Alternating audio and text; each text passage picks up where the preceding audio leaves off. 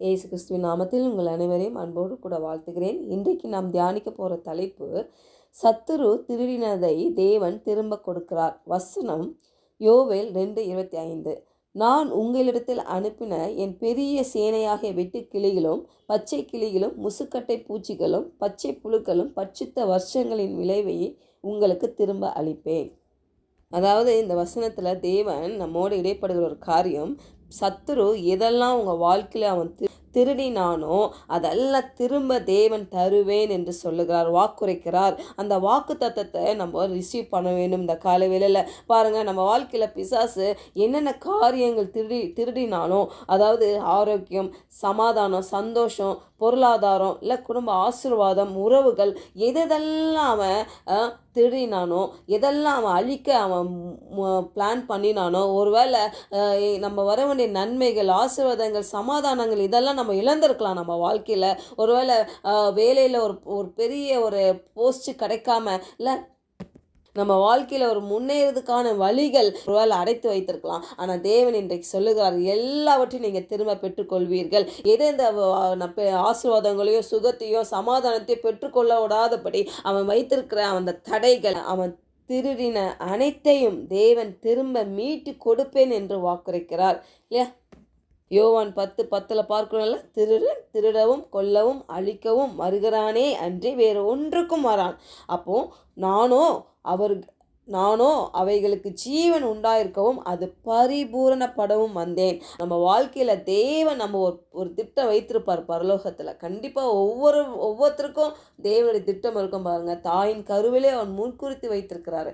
அப்போ அந்த திட்டத்துக்கு அவன் எதிராக எத்தனை ஆண்டுகள் அதை பட்சித்து போட்டானோ அதெல்லாம் தேவன் திரும்ப கொடுப்பேன் என்று வாக்குறுக்கிறார். நம்ம பாருங்க, நம்ம விசுவாசித்து அதை பெற்றுக்கொள்ள வேண்டும்.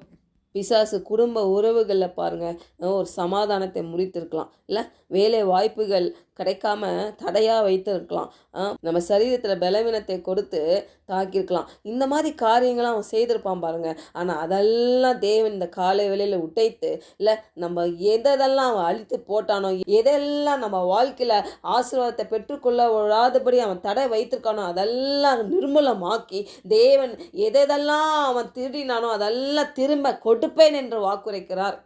பாருங்கள், யோபு வாழ்க்கையில் பாருங்களேன், அவன் சொத்து, குடும்பம், ஆரோக்கியம் எல்லாம் பிசாசு தாக்கினான். ஆனால் கடைசியில் பாருங்கள், தேவன் எல்லாரும் யோபை குறித்து சொல்லுவாங்க, பிசாசு பர்மிஷன் கேட்டான் ஆண்டவர்கிட்ட, கடவுளும் கொடுத்துட்டாரு இல்லை. ஆனால் அதை தான் பெருசாக சொல்லுவாங்க தவிர கடைசியில் கர்த்தர் அவனை ரெட்டிப்பாக ஆசீர்வதித்தார் பாருங்க. அவன் முடிவு சம்பூர்ணமாக இருந்ததை தான் நம்ம பார்க்கணும் பாருங்கள். நம்ம வாழ்க்கையில் இன்றைக்கி நம்ம ஆரம்பத்தில் நம்ம இப்படிலாம் வாழ்க்கை இப்படி இருக்குதே, இத்தனை ஆண்டுகளாக நான் இப்படியே கஷ்டப்பட்டு கொண்டு இருக்கேனே, இத்தனை ஆண்டுகளாக எனக்கு ஒரு வாழ்க்கையில் ஒரு பெரிய மாற்றமே இல்லையே, எனக்கு ஒரு சமாதானத்தில் இவ்வளோ பிரச்சனை இருக்குதே, என் சந்தோஷம் இல்லாமல் ஒரு வாழ்க்கை இருக்குதே எப்படின்னு புலம்பிக் கொண்டு இருக்கிற உங்களுக்கு தான் தேவன் இந்த காலவேளையில் இடைப்பட்டு கொண்டு இருக்கிறாரு.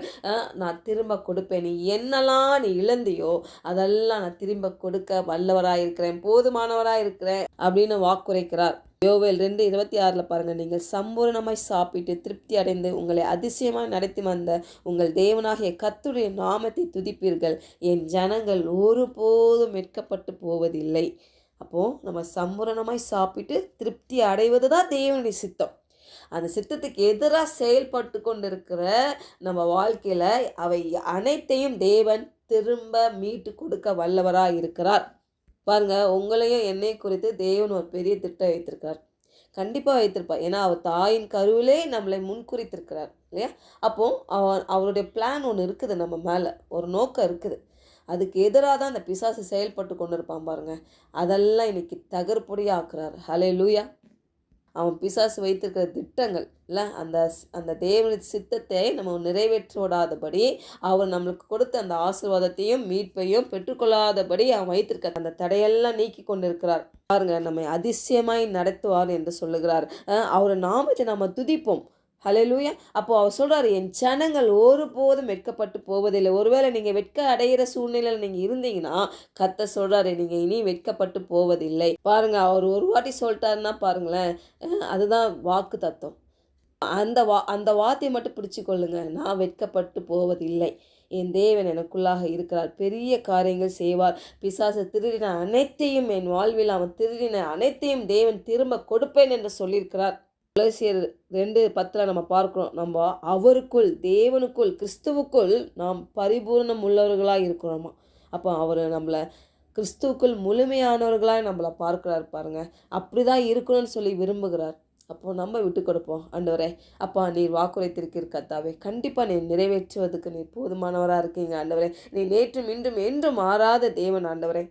அப்பா நாங்கள் இருக்கிற இந்த நிலையை மாற்றி ஆண்டவரே இதோட சிறந்த நிலைக்கு எங்களை நீர் உயர்த்த வல்லவராக இருக்கீங்கப்பா. எங்கள் வாழ்க்கையில் நாங்கள் இத்தனை ஆண்டுகளாக சவாலாய் எதிர்கொண்ட காரியங்கள்லாம் சுலபமாய் நாங்கள் பெற்றுக்கொள்ள போகிறோம் ஆண்டவரே. அதுக்காக உமக்கு நன்றி செலுத்துகிறோம். ஜெபிக்கலாம். பரலோக தகப்பனே, இந்த காலை வேளையில் எங்களோட நீ இடைப்பட்டதுக்காக உமக்கு நன்றி செலுத்துகிறோம் கர்த்தாவே. ஆண்டவரே, சத்ரு எதெல்லாம் எங்கள் வாழ்க்கையில் திருடினானோ அதெல்லாம் நாங்கள் திரும்ப பெற்றுக்கொள்வோம் என்று இயேசு நாமத்தினால விசுவாசிக்கிறோம் கர்த்தாவே. இந்த வாக்குத்தத்தத்தை நாங்கள் அப்படியே பிலீவ் பண்ணுறோம்ப்பா. ஆண்டவரே, நீர் சத்ரு திருடினதை நீங்கள் திரும்ப தருவேன் என்று வாக்குறுத்திருக்கிறீங்கப்பா. ஆண்டவரே, இத்தனை ஆண்டுகளாக எந்தெந்த ஏரியாவில் ஆண்டவரே சத்ரு திருடி வைத்தானோ அதெல்லாம் நாங்கள் திரும்ப பெற்றுக்கொள்ளும்படியாக எங்களை விட்டு கொடுக்குறோம் ஆண்டவரே. பரிசுத்த ஆவியானவரே எங்களோடு இருந்து ஆளுகை செய்வீராக. அந்த உயிர்த்தெழுந்த வல்லமை எங்களை நிரப்பட்டும் ஆண்டவரே இந்த வேலையில். அப்போ உம்முடைய மகிமை எங்களை மூடிக்கொள்ளட்டும் ஆண்டவரே. உம்முடைய மகிமை எங்கள் வாழ்க்கையில் இதை கேட்டுக்கொண்டிருக்கிற ஒவ்வொருத்தர் வாழ்க்கையிலையும் அந்த மகிமை வெளிப்படும்படியாக இயேசுவின் நாமத்தினாலே ஜெபிக்கிறோம் நல்ல பிதாவே. ஆமென்.